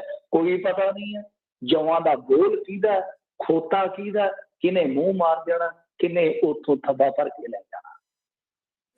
ਬਿਲਕੁਲ ਜੀ, ਖਰੀਦੋ ਫਰੋਖਤ ਬਹੁਤ ਜ਼ਿਆਦਾ ਆ ਪੋਲੀਟੀਕਲ ਲੀਡਰਾਂ ਦੀ ਸਪੈਸ਼ਲ ਦੇ ਵਿੱਚ, ਤੇ ਕੈਪਟਨ ਦਾ ਰੰਧਾਵਾ ਤੇ ਬਹੁਤ ਵੱਡਾ ਦੋਸ਼ ਲਾਇਆ। ਹਾਂਜੀ, ਇਹ ਗੱਲਾਂ ਉਹੀ ਨੇ। ਅਮਰਿੰਦਰ ਸਿੰਘ ਤਾਂ ਫਿਰ ਤੁਹਾਨੂੰ ਪਤਾ ਹੀ ਹੈ ਜਿਸ ਤਰ੍ਹਾਂ ਚੱਲ ਰਹੀ ਹੈ। ਉਹਨਾਂ ਨੇ ਅੱਜ ਵਿਕਰਮ ਸਿੰਘ ਮਜੀਠੀਆ ਦੇ ਮਾਮਲੇ ਦੇ ਵਿੱਚ ਕਾਫੀ ਜਿਵੇਂ ਕਹਿ ਲਓ ਕਿ ਤੱਤੀ ਸਟੇਟਮੈਂਟ ਦਿੱਤੀ ਕਿ ਉਹ ਹੈ ਜੋ ਬਿਲਕੁਲ ਗਲਤ ਪਰਚਾ ਹੈ। ਤੇ ਕਿਸੇ ਟਾਈਮ ਤੁਹਾਨੂੰ ਯਾਦ ਹੋਣਾ ਵਿਰੋਧੀ ਧਿਰ 'ਚ ਕੀ ਕਿਹਾ ਕਰਦੇ ਸੀਗੇ ਜਦੋਂ ਆਉਂਦੇ ਸੀਗੇ ਕਿ ਮੈਂ ਕਰ। ਅੱਛਾ, ਮੈਨੂੰ ਯਾਦ ਹੈ ਕਿ ਸਰਾਵਾਂ ਬੋਦਲਾ ਆਇਆ, ਅਮਰਿੰਦਰ ਸਿੰਘ ਸਰਾਵਾਂ ਬੋਦਲਾ ਦੀ ਅਨਾਜ ਮੰਡੀ, ਮੈਨੂੰ ਉਹ ਜਗ੍ਹਾ ਵੀ ਯਾਦ ਆ ਗਈ ਤੇ ਜਿੱਥੇ ਇਹਨਾਂ ਦਾ ਸਟੇਜ ਲੱਗਾ ਸੀ ਉਹ ਥਾਂ ਵੀ ਯਾਦ ਆ ਗਈ ਜਿੱਥੇ ਮੈਂ ਦੇਖਣਾ ਸੀ, ਫੋਟੋਆਂ ਖਿੱਚਦਾ ਪੱਤਰਕਾਰ ਸੀਗਾ ਮੈਂ ਉਸ ਟਾਈਮ ਇੱਕ ਅਖਬਾਰ ਦਾ। ਇਹਨਾਂ ਨੇ 35 ਸੱਟੇ, ਕਾਲ ਸੀ ਲੇਟ ਹੋ ਗਏ, 35 ਸੱਟੇ ਲੰਬੀ ਤੋਂ ਇਲੈਕਸ਼ਨ ਲੜ ਰਹੇ ਸਨ। ਲੋ ਪੂਰੇ 5 ਸਾਲ ਪਿੱਛੇ ਚੱਲਦੇ ਆਪਾਂ। ਅੱਜ ਵਿਕਰਮ ਸਿੰਘ ਮਜੀਠੀਆ ਨੂੰ ਡਿਫੈਂਡ ਕਰਨ ਵਾਲਾ ਔਰ ਬੜੀ ਬੇਸ਼ਰਮੀ ਨਾਲ ਡਿਫੈਂਡ ਕਰਨ ਵਾਲਾ ਉਸ ਟਾਈਮ ਭਾਸ਼ਣ ਦੀ ਸ਼ੁਰੂਆਤ ਪਤਾ ਕਿੱਥੋਂ ਕਰਦਾ? ਕਹਿੰਦਾ ਜਿਹੜਾ ਲੰਬੂ ਜਿਹਾ ਨਾ, ਇਹ ਲੰਬੂ ਜਿਹਾ, ਇਹਨੂੰ ਤੇ ਮੈਂ ਪਹਿਲੀ ਸੱਟੇ ਆਉਂਦੇ ਅੰਦਰ ਸੁੱਟੂਗਾ। ਹਾਂ, ਗੱਲ ਇੱਥੋਂ ਸ਼ੁਰੂਆਤ ਕੀਤੀ ਸੀਗੀ। ਸੋ ਹੁਣ ਤੁਸੀਂ ਦੇਖ ਲਓ ਕਿ ਰਾਜਨੀਤੀ ਦੇ ਵਿੱਚ ਪੈਮਾਨੇ ਕਿਸ ਤਰ੍ਹਾਂ ਬਦਲਦੇ ਨੇ, ਪੈਰਾਮੀਟਰਸ ਕਿਸ ਤਰ੍ਹਾਂ ਬਦਲਦੇ ਨੇ, ਕਿਸ ਤਰ੍ਹਾਂ ਸਟੈਂਡਰਡ ਬਦਲ ਜਾਂਦੇ ਨੇ, ਮਾਪਦੰਡ ਬਦਲ ਜਾਂਦੇ ਨੇ, ਕਿਸ ਤਰ੍ਹਾਂ ਇਹਨਾਂ ਦੇ ਐਲਾਨ ਬਦਲ ਜਾਂਦੇ ਨੇ, ਕਿਸ ਤਰ੍ਹਾਂ ਇਹਨਾਂ ਦੇ ਸਿਧਾਂਤ ਬਦਲ ਜਾਂਦੇ ਨੇ। ਇਹ ਸਾਰਾ ਕੁਛ ਸਾਡੀ ਰਾਜਨੀਤੀ ਦੇ ਹਿੱਸੇ ਆਇਆ ਤੇ ਜੰਮ ਕੇ ਆਇਆ ਵਾ। ਹੁਣ ਇਹਨਾਂ ਨੇ ਕਿਹਾ ਕਿ ਦੇਖੋ ਗੱਲ ਕੀ ਹੈ ਕਿ ਸਾਡੇ ਇੱਥੇ ਟਿਫਨਾਂ ਦੇ ਵਿੱਚ ਪਰਾਂਠੇ ਨਹੀਂ ਮਿਲਦੇ, ਪਤਾ ਨਹੀਂ ਆਲੂ ਵਾਲੇ ਕਹਿ ਰਹੇ ਆ, ਗੋਭੀ ਵਾਲੇ ਕਹਿ ਰਹੇ ਆ ਜਾਂ ਮੂਲੀਆਂ ਵਾਲੇ। ਵੈਸੇ ਅੱਜ ਕੱਲ੍ਹ ਇਸ ਰੁੱਤ 'ਚ ਤਿੰਨੇ ਹੀ ਮਿਲਦੇ ਆ, ਜਦੋਂ ਮਰਜ਼ੀ ਪੰਜਾਬ 'ਚ ਆ ਜਾਓ। ਜੇ ਫਲੈਟਾਂ ਫਲੂਟਾਂ ਚੱਲਦੀਆਂ, ਲੱਸੀ ਵੀ, ਪੂਰਾ ਸਾਰਾ ਕੁਛ ਠੀਕ ਠਾਕ ਹੈ, ਸਰੋਂ ਦਾ ਸਾਗ ਵੀ ਹੈ। ਸੋ ਇਹ ਕਹਿੰਦੇ ਕਿ ਪਰਾਂਠੇ ਨਹੀਂ ਮਿਲਦੇ ਅੱਜ ਕੱਲ੍ਹ ਟਿਫਨਾਂ ਦੇ ਵਿੱਚ। ਇੱਥੇ ਪੰਜਾਬ ਦੇ ਵਿੱਚ ਬੰਬ ਮਿਲਦੇ ਆ ਔਰ ਸੈਂਕੜੇ, ਹਜ਼ਾਰਾਂ, ਲੱਖਾਂ ਦੀ ਤਾਦਾਦ ਦੇ ਵਿੱਚ ਰਾਉਂਡ ਅਸਲਾ ਜਿਹੜਾ ਉਹ ਪਾਕਿਸਤਾਨ 'ਚੋਂ ਆ ਰਿਹਾ ਵਾ। ਔਰ ਜਿਹੜਾ ਸੁਖਜਿੰਦਰ ਸਿੰਘ ਰੰਧਾਵਾ, ਮਤਲਬ ਕਿ ਜਿਹੜੀ ਹੋਮ ਮਿਨਿਸਟਰੀ ਆ ਪੰਜਾਬ ਦੀ, ਉਹ ਗਾਂ ਗੱਲ ਨਹੀਂ ਕਰ ਰਹੀ, ਮਤਲਬ ਕਿ ਸੂਚਨਾ ਕਨਵੇ ਨਹੀਂ ਕਰ ਰਹੀ। ਤਾਂ ਦੇਖੋ ਜੇ ਇਹਨਾਂ ਦੇ ਕੋਲ ਕੋਈ ਐਸੀ ਖੁਰਦਬੀਨ ਲੱਗੀ ਆ, ਜੇ ਇਹਨਾਂ ਨੂੰ ਪਲਦਰ, ਪਹਿਲੀ ਗੱਲ ਤੇ ਅਮਰਿੰਦਰ ਸਿੰਘ ਨੂੰ ਸਵਾਲ ਕਰਨਾ ਚਾਹੀਦਾ ਹੈ ਕਿ ਨਾ ਹੁਣ ਤਿੰਨਾਂ ਚੋਂ, ਨਾ 13 ਚੋਂ, ਨਾ ਪਲੇਰਾਂ ਚੋਂ, ਨਾ ਸਪੇਰਾਂ ਚੋਂ, ਨਾ ਟੋਕਰੀ ਚੋਂ, ਨਾ ਬੇਰਾਂ ਚੋਂ ਤੁਹਾਨੂੰ ਆ ਸੂਚਨਾਵਾਂ ਕੌਣ ਦਿੰਦਾ ਹੈ? ਕਿ ਪਾਕਿਸਤਾਨ 'ਚ ਬੈਠੀ ਤੁਹਾਡੀ ਫਰੈਂਡ ਭੇਜਦੀ ਇਹ ਸੂਚਨਾਵਾਂ, ਕਿਉਂਕਿ ਡਿਫੈਂਸ ਦੀ ਪੱਤਰਕਾਰ ਹੈ। ਇਹ ਸੂਚਨਾਵਾਂ ਕਿੱਥੋਂ ਆਉਂਦੀਆਂ ਨੇ? ਕੀ ਤੁਹਾਡੇ ਕੋਲ IV ਦਾ ਕੰਟਰੋਲ ਹੈ, ਰॉ ਦਾ ਕੰਟਰੋਲ ਹੈ ਤੁਹਾਡੇ ਕੋਲ? ਜੇ ਤੁਹਾਨੂੰ ਇੰਨਾ ਹੀ ਜ਼ਿਆਦਾ ਪਤਾ, ਨੈਕਸਟ ਸਵਾਲ ਇਹ ਹੋਏਗਾ ਕਿ ਭਾਈ ਤੁਸੀਂ ਫਿਰ ਕੇਂਦਰ ਸਰਕਾਰ ਤਾਂ ਹੁਣ ਤੇ ਇੱਕ ਤਰ੍ਹਾਂ ਨਾਲ ਕਹਿ ਦਿਓ ਕਿ ਸੱਜਾ ਹੱਥ ਹੋ, ਤਾਂ ਉਹਨਾਂ ਨੂੰ ਕਹੋ ਕਿ ਬਾਰਡਰ ਮਜ਼ਬੂਤ ਕਰਨ। ਜੇ ਸੁਖਜਿੰਦਰ ਸਿੰਘ ਰੰਧਾਵਾ ਕੋਈ ਕੁਤਾਹੀ ਕਰਦਾ ਹੈ ਤੇ ਇਹਦੇ ਤੱਥਾਂ ਸਮੇਤ ਉੱਥੇ ਜਾ ਕੇ ਕਰੋ। ਹੋਮ ਮਿਨਿਸਟਰੀ ਤਾਂ ਉੱਤੇ ਸੈਂਟਰਲ ਦੀ ਬੈਠੀ ਆ ਨਾ, ਉਹ ਦੇਖ ਲੈਣ ਕਿ ਕੀ ਕਰਦੇ ਆ, ਇੰਕਸ਼ਾਫ ਕਰੋ, ਪ੍ਰੈਸ ਕਾਨਫਰੰਸ ਕਰੋ। ਹਾਂ, ਕੀ ਗੱਲ ਹੈ ਕਿ ਸਾਡੇ ਸਕੂਲ ਦੇ ਬੱਚਿਆਂ ਦੇ ਟਿਫਨਾਂ ਦੇ ਵਿੱਚ ਪਰੌਂਠੇ ਨਹੀਂ, ਹੁਣ ਫਲਾਮ ਚੀਜ਼ਾਂ ਮਿਲਦੀਆਂ ਨੇ। ਸੋ ਇਹ ਗੱਲ ਜਿਹੜੀ ਆ ਫਿਰ ਉਹ ਅੰਦਰ ਦੀ ਗੱਲ ਹੈ ਕਿ ਜਿਸ ਤਰੀਕੇ ਨਾਲ ਲੋਕਾਂ ਨੂੰ ਡਰਾਇਆ ਜਾ ਰਿਹਾ, ਜਿਸ ਤਰ੍ਹਾਂ ਰਾਣਾ ਗੁਰਮੀਤ ਸੋਢੀ ਦਾ ਬਿਆਨ ਆਇਆ, ਆਉਣ ਵਾਲੇ ਦਿਨਾਂ ਦੇ ਵਿੱਚ, ਕਿਉਂਕਿ ਅੱਜ ਹੀ ਤੁਸੀਂ ਦੇਖੋਗੇ ਬਦਕਿਸਮਤੀ ਦੀ ਗੱਲ ਆ, ਜਿਹੜੀ ਬੇਅਦਬੀਆਂ ਦੀਆਂ ਘਟਨਾਵਾਂ ਦੀ ਸਿਲਸਿਲੇਵਾਰ ਤਰੀਕੇ ਨਾਲ ਇਹ ਵਾਪਰਨ ਦੀ ਸਾਡੇ ਇੱਥੇ ਗਤੀ ਚੱਲਦੀ ਪਈ ਆ, ਮੱਧਮ ਨਹੀਂ ਪੈ ਰਹੀ। ਅੱਜ ਹਿੰਦੂ ਭਾਈਚਾਰੇ ਦੇ ਕੁਛ ਪਵਿੱਤਰ ਗ੍ਰੰਥਾਂ ਦੀ ਬੇਅਦਬੀ ਹੋਈ ਆ ਮੇਰੇ ਖਿਆਲ ਦੇ ਨਾਲ ਕਮਿਸ਼ਨਰ ਦਫ਼ਤਰ ਦੇ ਮੂਹਰੇ। ਬਦਕਿਸਮਤੀ ਹੈ, ਮਾੜੀ ਗੱਲ ਹੈ, ਨਿੰਦਰ ਹੀ ਹੋ ਗਿਆ। ਸੋ ਉਸ ਤੋਂ ਪਹਿਲਾਂ ਲੁਧਿਆਣੇ ਦੇ ਵਿੱਚ ਗਊ ਅਵਸ਼ੇਸ਼ ਮਿਲੇ ਸਨ, ਗਊ ਦੇ ਅੰਗ ਮਿਲੇ ਸਨ। ਤਾਂ ਚਲੋ ਇੱਥੇ ਕਿਉਂਕਿ ਇੰਡੀਆ ਦੇ ਮੁਕਾਬਲੇ ਜੇ ਤੁਸੀਂ ਦੂਸਰੇ ਇੰਡੀਆ ਦੇ ਮੁਕਾਬਲੇ ਦੇਖੋਗੇ ਤਾਂ ਸਾਡੀ ਭਾਈਚਾਰਕ ਸਾਂਝ ਜਿਹੜੀ ਹੈ ਕੁਛ ਵੱਖਰੀ ਕਿਸਮ ਦੀ ਹੈ, ਹਿੰਦੂ ਸਿੱਖ ਦੀ। ਅਦਰਵਾਈਜ਼ ਤੇ ਕੰਮ ਕਰਨ ਵਾਲਾ ਸਾਰਾ ਕੁਛ ਹੋਇਆ ਪਿਆ, ਜਿਹਦਾ ਪਿਆਰ ਆ, ਮਤਲਬ ਕਿ ਬਰੂਦ ਦਾ ਢੇਰ ਜਿਹੜਾ ਲਾਇਆ ਪਿਆ, ਬਸ ਤੀਲੀ ਲਾਉਣ ਦੀ ਜ਼ਰੂਰਤ ਆ। ਉਹ ਸਿਆਣੇ ਲੋਕ ਲੱਗਣ ਨਹੀਂ ਦੇ ਰਹੇ, ਕਸਰੇ ਇਹ ਕੋਈ ਨਹੀਂ ਛੱਡ ਰਹੇ। ਤਾਂ ਜਿਸ ਤਰ੍ਹਾਂ ਦੀਆਂ ਸਟੇਟਮੈਂਟਾਂ ਨਿਕਲ ਰਹੀਆਂ ਨੇ, ਨਾ ਤਾਂ ਉਧਰ ਦੀ ਕਰੀਏ ਤੇ ਨਾ ਉਧਰ ਦੀ ਕਰੀਏ, ਗੱਲ ਇਹੋ ਆ ਕਿ ਇੱਕ ਤਰ੍ਹਾਂ ਨਾਲ ਪੋਲਰਾਈਜੇਸ਼ਨ ਦਾ ਮੁੱਢ ਬੰਨਿਆ ਜਾ ਰਿਹਾ, ਮੁੱਢ ਬੰਨਿਆ ਜਾ ਰਿਹਾ। ਹੋਰ ਕੁਛ ਨਹੀਂ। ਆਉਣ ਵਾਲੇ ਦਿਨਾਂ 'ਚ ਇਹ ਜਿਹੜੀ ਬਹਿਸ ਆ ਉਹ ਕੁਛ ਘਟਨਾਵਾਂ ਤੇ ਨਿਰਭਰ ਕਰਦੀ ਆ ਕਿ ਜੇਕਰ ਹੋਰ ਕੁਛ ਘਟਨਾਵਾਂ ਵਾਪਰ ਗਈਆਂ ਤਾਂ ਭਾਈਚਾਰਕ ਸਾਂਝ ਤਾਂ ਦਾਅ ਤੇ ਲੱਗੇਗੀ। ਤੁਸੀਂ ਕਤਾਰਬੰਦੀ ਦੇਖੋ ਕਿ ਭਾਈਚਾਰਿਆਂ 'ਚ ਕਿਸ ਤਰ੍ਹਾਂ ਹੁੰਦੀ ਹੈ। ਬਿਲਕੁਲ ਜੀ, ਬਿਲਕੁਲ। ਕਾਫੀ ਲੰਬੇ ਟਾਈਮ ਤੋਂ ਲੋਕਾਂ ਨੂੰ ਲੜਾਉਣ ਦੀਆਂ ਕੋਸ਼ਿਸ਼ਾਂ ਜਾਰੀ ਆ ਪੰਜਾਬ ਦੇ ਵਿੱਚ, ਸਪੈਸ਼ਲੀ ਹੁਣ ਤਾਂ ਵੋਟਾਂ ਆ ਗਈਆਂ ਨਾ। ਅੱਗੇ ਮਹਿੰਦਰਪਾਲ ਬਿੱਟੂ ਕਤਲ ਮਾਮਲੇ ਦੇ ਵਿੱਚ CBI ਵੱਲੋਂ ਜਾਂਚ ਲਈ ਹਾਮੀ।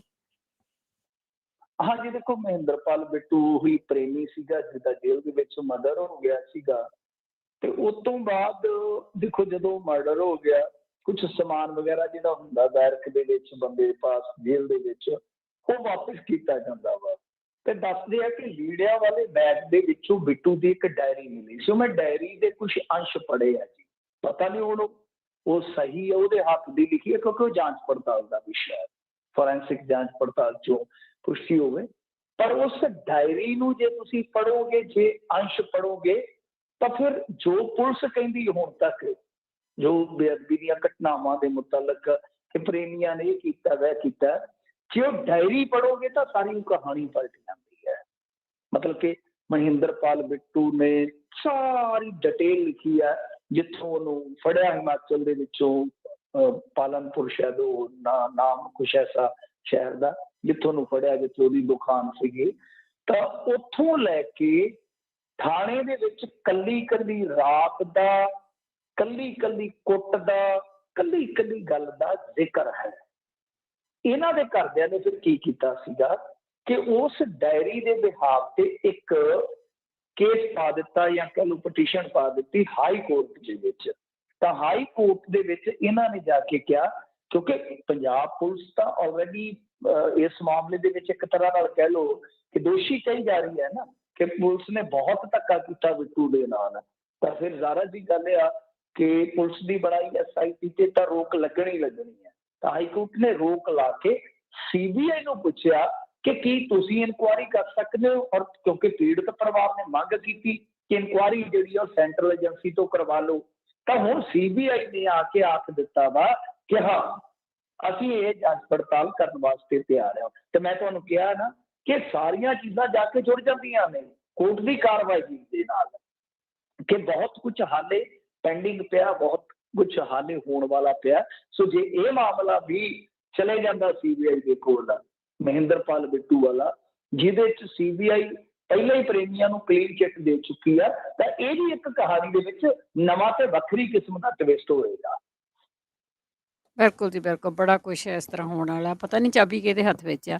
ਤੇ ਅਖੀਰ ਦੇ ਵਿੱਚ ਗੱਲ ਕਰਦੇ ਹਾਂ, ਕਈ ਸੂਬਿਆਂ ਦੇ ਵਿੱਚ ਲੇਬਰ ਕੋਡ ਬਿੱਲ ਲਾਗੂ ਕਰਨ ਦੀ ਤਿਆਰੀ। ਹਾਂਜੀ, ਦੇਖੋ ਲੇਬਰ ਕੋਡ ਬਿੱਲ ਇਹੀ ਹੁੰਦਾ ਹੈ, ਜਿਵੇਂ ਹੁਣ ਮੈਂ ਤੁਹਾਨੂੰ ਥੋੜਾ ਸਮਝਾਵਾਂ, ਤਫਸੀਲ ਦੇ ਨਾਲ ਤਾਂ ਟਾਈਮ ਲੱਗੇਗਾ। ਸੰਖੇਪ ਦੇ ਵਿੱਚ ਦੱਸ ਦਿੰਦੇ ਹਾਂ ਕਿ ਜੋ ਇੱਥੇ 3 ਤਰ੍ਹਾਂ ਦੀਆਂ ਸੂਚੀਆਂ ਹੁੰਦੀਆਂ, ਸਟੇਟ ਸਬਜੈਕਟ ਆ ਗਿਆ, ਸਟੇਟਾਂ ਦੀ ਸੂਚੀ ਆ ਗਈ, ਇੱਕ ਸੈਂਟਰ ਦੀ ਏਜੰਸੀ, ਸੈਂਟਰ ਦੀ ਆ ਗਈ ਸੂਚੀ, ਤੇ ਇੱਕ ਆ ਗਈ ਕਨਕਰੈਂਟ ਲਿਸਟ ਆ ਗਈ। ਉਹਦੇ ਵਿੱਚ ਮਤਲਬ ਕਿ ਦੋਵੇਂ ਕਾਨੂੰਨ ਬਣਾ ਸਕਦੇ ਆ। ਤੇ ਇਹ ਜਿਹੜਾ ਮਸਲਾ ਹੈ ਲੇਬਰ ਕੋਡ ਜਾਂ ਲੇਬਰ ਕਾਨੂੰਨ ਦੇ ਨਾਲ ਜੁੜਿਆ, ਇਹ ਦਰਅਸਲ ਬੇਸਿਕਲੀ ਇਹ ਹੈਗਾ ਰਾਜਾਂ ਦਾ ਵਿਸ਼ਾ। ਤੇ ਇਹਨਾਂ ਨੇ ਲੇਬਰ ਕੋਡ ਬਿੱਲ ਬਣਾ ਦਿੱਤੇ ਸੀ। ਦੇਖੋ 2 ਤਰ੍ਹਾਂ ਦੀ ਗੱਲ ਹੈ, ਮੈਂ ਸੰਖੇਪ ਚ ਨਿਬੇੜਾਂ। ਪਹਿਲੀ ਗੱਲ ਤੇ ਇਹ ਆ ਕਿ ਇੰਡੀਆ ਦੇ ਵਿੱਚ ਲੇਬਰ ਬਹੁਤ ਮਹਿੰਗੀ ਹੈ। ਇਹਨਾਂ ਦਾ ਮੰਨਣਾ ਹੈ ਕਿ ਬਹੁਤ ਵੱਡੀਆਂ ਕੰਪਨੀਆਂ ਜਿਹੜੀਆਂ ਮਲਟੀਨੈਸ਼ਨਲ ਕੰਪਨੀਆਂ ਜਾਂ ਬਹੁਤ ਅਮੀਰ ਕੰਪਨੀਆਂ ਜਿਹੜੀਆਂ ਉਹ ਇੱਧਰ ਆਉਂਦੀਆਂ ਨੇ। ਇੱਕ ਤੇ ਲੇਬਰ ਮਹਿੰਗੀ ਹੋਣ ਕਰਕੇ, ਸੈਕੰਡ ਚੀਜ਼ ਇਹ ਆ ਉਹ ਕਹਿੰਦੇ ਨੇ ਕਿ ਭਾਈ ਇੱਥੇ ਵਾਰ-ਵਾਰ ਸਟ੍ਰਾਈਕ ਹੁੰਦੀਆਂ ਨੇ, ਵਾਰ-ਵਾਰ ਟ੍ਰੇਡ ਯੂਨੀਅਨਾਂ ਜਿਹੜੀਆਂ ਦਬਾਅ ਪਾ ਦਿੰਦੀਆਂ, ਇਸ ਕਰਕੇ ਇੱਥੇ ਬਹੁਤ ਸਾਰੀਆਂ ਕੰਪਨੀਆਂ ਨਿਵੇਸ਼ ਤੋਂ ਸੰਕੋਚ ਕਰਦੀਆਂ। ਇਹ ਤਸਵੀਰ ਦਾ ਇੱਕ ਪਾਸਾ। ਤਾਂ ਇਹਨਾਂ ਨੇ ਫਿਰ ਕੁਝ ਕਾਨੂੰਨਾਂ 'ਚ ਬਦਲਾਅ ਕਰ ਦਿੱਤੇ। ਉਹ ਬੜਾ ਲੰਮਾ ਚੌੜਾ ਵਿਸ਼ਾ, ਮੈਂ ਸੰਖੇਪ ਕਰ ਰਿਹਾ। ਤਾਂ ਅੱਛਾ, ਉਹਦੇ ਵਿੱਚ ਜਿਵੇਂ ਮਤਲਬ ਕਿ ਇਹਨਾਂ ਨੇ ਟ੍ਰੇਡ ਯੂਨੀਅਨਾਂ ਦਾ ਰੋਲ ਜਿਹੜਾ, ਜਿਵੇਂ ਉਹ ਰਜਿਸਟਰਡ ਹੁੰਦੀ ਆ, ਉਹ ਰਜਿਸਟ੍ਰੇਸ਼ਨ ਵਾਲਾ ਫੰਡਾ ਹੀ ਮੁਕਾ ਦਿੱਤਾ। ਫਿਰ ਸ਼ਿਫਟ 8 ਤੋਂ 12 ਘੰਟੇ ਕਰ ਦਿੱਤੀ, ਜਿਹੜਾ ਕਿ ਸਿੱਧਾ ਹੀ ਮਜ਼ਦੂਰ ਦਾ ਸ਼ੋਸ਼ਣ ਕਹਿ ਲਓ। ਫਿਰ ਕਈ ਥਾਵਾਂ ਤੇ ਮਤਲਬ ਕਿ ਹਾਲੇ ਲਾਗੂ ਨਹੀਂ ਹੋਇਆ, ਕਿਉਂਕਿ ਮੈਂ ਜਿਵੇਂ ਕਿਹਾ ਕਿ ਕੁਝ ਸੂਬੇ ਤਿਆਰ ਹੋ ਰਹੇ ਨੇ। ਇਹਨਾਂ ਨੇ ਰਾਜ ਸਭਾ ਦੇ ਵਿੱਚ ਜਾਣਕਾਰੀ ਦਿੱਤੀ ਆ ਕਿ 2022 ਚੜ੍ਹਦੇ ਦੇ ਵਿੱਚ ਹੀ ਬਹੁਤ ਸਾਰੇ ਸੂਬੇ ਇਹਨਾਂ ਨੂੰ ਇੰਪਲੀਮੈਂਟ ਕਰ ਦੇਣਗੇ, ਇਹਨਾਂ ਨੂੰ ਲਾਗੂ ਕਰ ਦੇਣਗੇ। ਪਰੰਤੂ ਉਹਦੇ ਵਿੱਚ ਇਹੀ ਦਿੱਕਤ ਆ ਕਿ ਮਤਲਬ ਕਿ ਕਿਸੇ ਮਜ਼ਦੂਰ ਨੂੰ ਕਿਸੇ ਵੇਲੇ ਵੀ ਕੰਮ ਤੋਂ ਕੱਢਿਆ ਜਾ ਸਕਦਾ। ਫਰਜ਼ ਕਰੋ, ਇੱਕ ਚੀਜ਼ ਹੋਰ ਦੱਸ ਦੇਣਾ ਕਿ ਕੰਮ ਕਰਦਾ, ਮੈਂ ਹੀ ਮਜ਼ਦੂਰ ਆ, ਮੇਰੇ ਨਾਲ ਕੋਈ ਹਾਦਸਾ ਪੇਸ਼ ਆ ਜਾਂਦਾ ਆ, ਮੈਂ ਘਰੇ ਪੈ ਜਾਂਦਾ, ਤਾਂ ਅੱਗੇ ਕਾਨੂੰਨਾਂ 'ਚ ਇਸ ਤਰ੍ਹਾਂ ਦੀ ਵਿਵਸਥਾ ਹੈ, ਪ੍ਰਬੰਧ ਹੈ ਕਿ ਉਹ ਮਾਲਕ ਹੈ ਜਿਹੜਾ, ਉਹ ਉਹਦੇ ਘਰ ਦਾ ਕੋਈ ਗੁਜ਼ਾਰਾ ਪੱਤਾ ਦਿੰਦਾ ਵਾ। ਪਰ ਇਹਨਾਂ ਚੀਜ਼ਾਂ ਦੇ ਆਉਣ ਤੋਂ ਬਾਅਦ ਇਹ ਸਭ ਕੁਝ ਜਿਹੜੇ ਛੁਟਕਾਰੇ ਹੋ ਜਾਣਗੇ। ਸੋ ਵਿਰੋਧ ਇਸ ਪੱਖ ਤੋਂ ਹੈ ਕਿ ਜਿਹੜਾ ਮਜ਼ਦੂਰ ਪਹਿਲਾਂ ਹੀ ਸ਼ੋਸ਼ਿਤ ਹੈ, ਸਦੀਆਂ ਤੋਂ ਸ਼ੋਸ਼ਿਤ ਆ, ਉਹਦਾ ਤੁਸੀਂ ਸ਼ੋਸ਼ਣ ਹੋਰ ਵਧਾ ਕੇ ਤੇ ਕਾਰਪੋਰੇਟ ਘਰਾਣਿਆਂ ਵਾਸਤੇ ਰਸਤੇ ਖੋਲ ਰਹੇ ਹੋ। ਤੇ ਇਹ ਦੋਨੇ ਚੀਜ਼ਾਂ ਜਿਹੜੀਆਂ ਵਿਰੋਧਾਭਾਸ ਵਾਲੀਆਂ। ਪਰ ਇਹ ਵੱਡੀ ਖਬਰ ਹੈ ਕਿ ਲੇਬਰ ਕੋਡ ਬਿੱਲ ਦਾ ਮਤਲਬ ਇਹ ਹੁੰਦਾ ਕਿ ਜਿਵੇਂ ਇਹਨਾਂ ਨੇ ਫਾਰਮਰ ਲਾਅ ਲਿਆਂਦਾ ਸੀਗਾ, ਫਿਰ 3 ਕਾਨੂੰਨ ਜਿਹਨਾਂ ਨੂੰ ਆਪਾਂ ਕਹਿ ਲਈਏ 3 ਕਾਨੂੰਨ ਲਿਆਂਦੇ ਸਨ, ਉਹ ਸਾਰੇ ਮੁਲਕ ਤੇ ਥੋਪ ਦਿੱਤੇ। ਤਾਂ ਜਿਹੜੇ ਬੰਦੇ ਲਿਬਰਲ ਸੋਚ ਰੱਖ ਕੇ, ਵਧੀਆ ਸੋਚ ਰੱਖ ਕੇ ਰਿਫਾਰਮਸ ਦੇ ਵੀ ਹਾਮੀਦਾਰ ਸੀ, ਉਹਨਾਂ ਨੇ ਇਹੀ ਕਿਹਾ ਸੀਗਾ ਕਿ ਲੇਬਰ ਕੋਡ ਵਾਂਗੂ ਤੁਸੀਂ ਇਹ ਵੀ ਫਾਰਮਰ ਕੋਡ ਬਿੱਲ ਲਿਓ। ਮਤਲਬ ਕਿ ਜਿਹੜੇ ਸੂਬੇ ਲਾਗੂ ਕਰਨਾ ਚਾਹਣ ਉਹ ਲਾਗੂ ਕਰ ਲੈਣ, ਜਿਹੜੇ ਨਹੀਂ ਕਰਨਾ ਚਾਹੁੰਦੇ ਉਹ ਨਾ ਕਰਨ। ਸੋ ਲੇਬਰ ਕੋਡ ਬਿੱਲ ਦੇ ਵਿੱਚ 13-14 ਸੂਬੇ ਜਾਂ 15 ਸੂਬੇ ਹੋ ਸਕਦਾ ਲਾਗੂ ਕਰ ਦੇਣ। ਕਿਉਂ? ਕਿਉਂਕਿ ਇੱਥੇ ਭਾਜਪਾ ਦੀ ਸਰਕਾਰ ਹੈ। ਬਿਲਕੁਲ, ਇਹ ਤਾਂ ਸੋਚਣੀ ਆ। ਇਹਦੇ ਵਿੱਚ ਸੁਧਾਰ ਬਿੱਲ ਤਾਂ ਕੋਈ ਵੀ ਨਹੀਂ ਹੋਇਆ। ਬਹੁਤ ਧੰਨਵਾਦ ਮਿੰਟੂ ਜੀ। ਜੀ ਸ਼ੁਕਰੀਆ।